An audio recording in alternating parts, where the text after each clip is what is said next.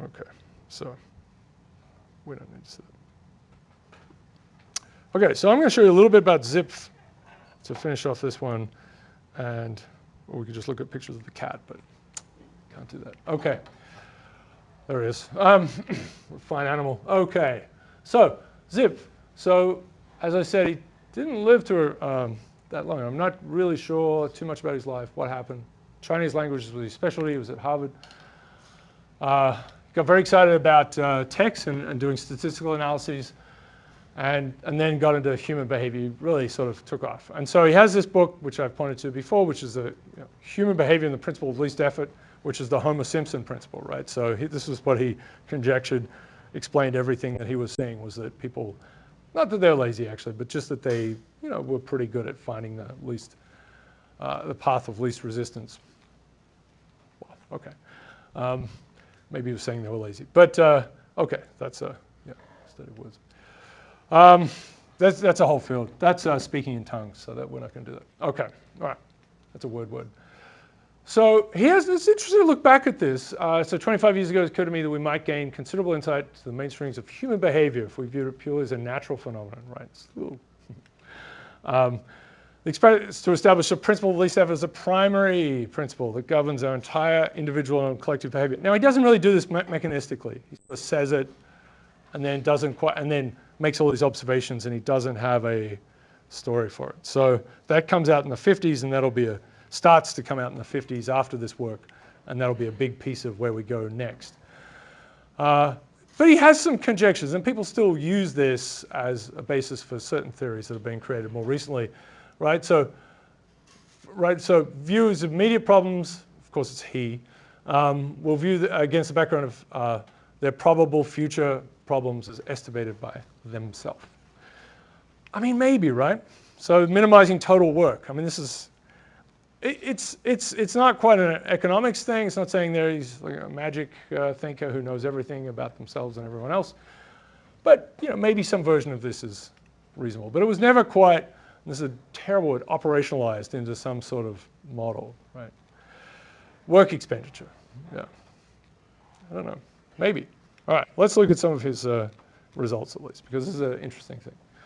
I mean, really interesting to read this book and look at some of these old books these days. And like many of these books from the 40s and 50s, because people were just thinking so well. Wow, were they? Anyway, there wasn't data to sort of force them to behave in certain ways. So lots of things, city sizes, number of retail stores, these are odd. Services, which is these are beauty parlors, barbershops, again, sort of 30s and 40s. One-way trips, marriages versus distance. Okay, so let's look at these. And he has a big piece, there's the Zipf distribution, which we've talked about a lot, of course, but then this gravity law, which doesn't hold for everything, but it's this idea that certain quantities measured between cities would scale as the probability of city A times probability of city B divided by the distance between them. Right? So gravity in 3 dimensions, it's going to be mass, and distance squared. Right? And this is just because we're in 2 dimensions, it's going to be a circle kind of story. All right. So let's see how some of these, so gravity law, yeah. So these are just, I'll show you a few of these things, right? So this is his old, the original piece. This is a vocabulary balance. This is from Ulysses. This is the rank of the word, right? Ordering them in terms of frequency of usage, right? So this is how often these words appeared. And this is just you just see this sort of effort to try and kind of make sense of this, right? And this is all tabulated by hand at the time. And this is rank times frequency. And these are really consistent numbers, right? So this is one way of, kind of showing that frequency is roughly inverse to rank, right? If you multiply them together, you roughly get a constant.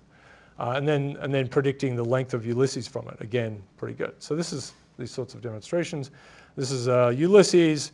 There's the ideal curve, which is this -1 exponent with no great reason for it being there. It's Eldridge, not Eldritch, but another book source.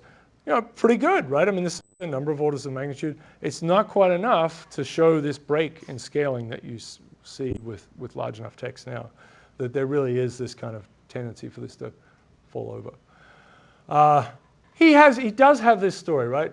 It's easy for a speaker to use just one word because there's no effort on your behalf, but it's hard to decode that, right? So one tool for all tasks, but for the listener, it'd be great if everything was exact, meant what it said, right? And he's like, boom, you just translate it, you send it to the person, they know exactly what you mean. They don't have to worry about context or sort of guessing things. So everything was different. But this is then going to be kind of hard. And so we've ended up with this hierarchical structure of words. Decoding is simple, encoding is hard. This is Zipf's story, right? So there's some balance. And why? So just really that it should be uneven. Not that it should be 1 over, R, which is a rather special kind of form.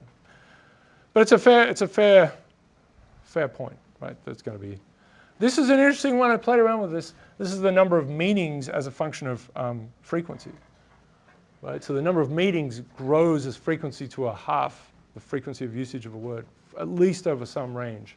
This seems to be somewhat held up, but I'd love to get that one to work. Some words, right? So run, I think, has the most meanings now in English. It used to be set. Maybe 1,000 meanings, And of course, they have a Zipf-like distribution in terms of their usage, right? So there's the most common version of run, and then really rare ones out here. Ridiculous things. There's article length in the Encyclopedia Britannica. So again, this is getting students to go to measure, right, with a ruler, write it down, bring it back to Zipf, put in a thing. Minus 3/5. This is a 5/3 exponent. Which means that the Encyclopedia Britannica on average has an infinite length article, right? That's not true. This is population size, so this is now he's stepping out, and this was a big observation. There are some people noticing this back in the late 1800s in various ways that we've sort of all pulled together. Has one of these clean Zipf exponents, alpha equals 1. That's the plot through there. This is the number of employees in organizations, right?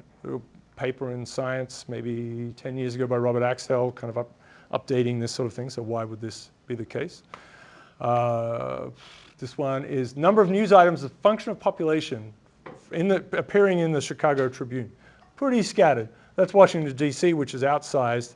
So as this quantity goes up, population of 1, of course, is just Chicago. That's fixed. So you're going to have two things varying. The population of the other city divided by its distance away, right? So the further away, the less likely you're going to write about it, and then, but the population will scale it. This is similar. This is obituaries in the New York Times as a function of location, further away. This is, I think, Newark. Yeah, Newark is a bit off the scale. This is movement of stuff between cities, thousands of pounds. So that's actually, it's not bad, right? Pretty good. We have that now for how people move around in terms of cars and so on. There are nice departures in how people migrate that don't conform to the gravity model. It's not completely universal, of course. This is, length of trip versus frequency of trip. This is another slope, crazy things. I have just a couple more, and maybe that's a good place to stop. But this is number of families moving at distance. This is in Cleveland, which is kind of ridiculous, right? Thousands of feet. Yeah. And this is probably of marriage, right? So this is distance in blocks between people who got married. This is where they grew up in Philadelphia, right? So further away, less chance of getting married, but it has and it's not a lot of range, right? So how does that work now? Of course, with online dating, who knows what's happened to this thing? So I want to finish with this. This is. I just came across this in the New York Times. It was a Steve Strogat's article on cities and the Zipf distributions, talking about magic of math or whatever. And so there's just a random comment in there, and it's this guy was at Harvard with him. So this would have been in the 30s or 40s. And so this is bleak, but his father had died, right, the student. He returned from the funeral, was given a message to call Zipf immediately, explain why he was late. My father died. And then, we have no pipeline to God. I expect the data will be on my desk tomorrow morning. So this is all I know about this guy. Not a great guy, but it comports with academics in general. So mother, sister, and extended family. Got all the trade books out, worked on it, and then he just said thank you. Anyway, who knows? Then he tried to reassess it maybe as he was trying to help him out, but I'm not really sure. Was really an act of kindness. Well, that's a nice way to interpret it. That's all I know about Zipf. But he was an interesting character in the way he thought about the world. And And you know, he was sort of right about a lot of things. So that there are these patterns. Didn't have a mechanism. That's where we'll go in the next couple of lectures, and we'll see a nice big fight by people who are very famous and didn't. One got a Nobel Prize, and the other one didn't, and you know, yeah. All right, it's going to be very enjoyable.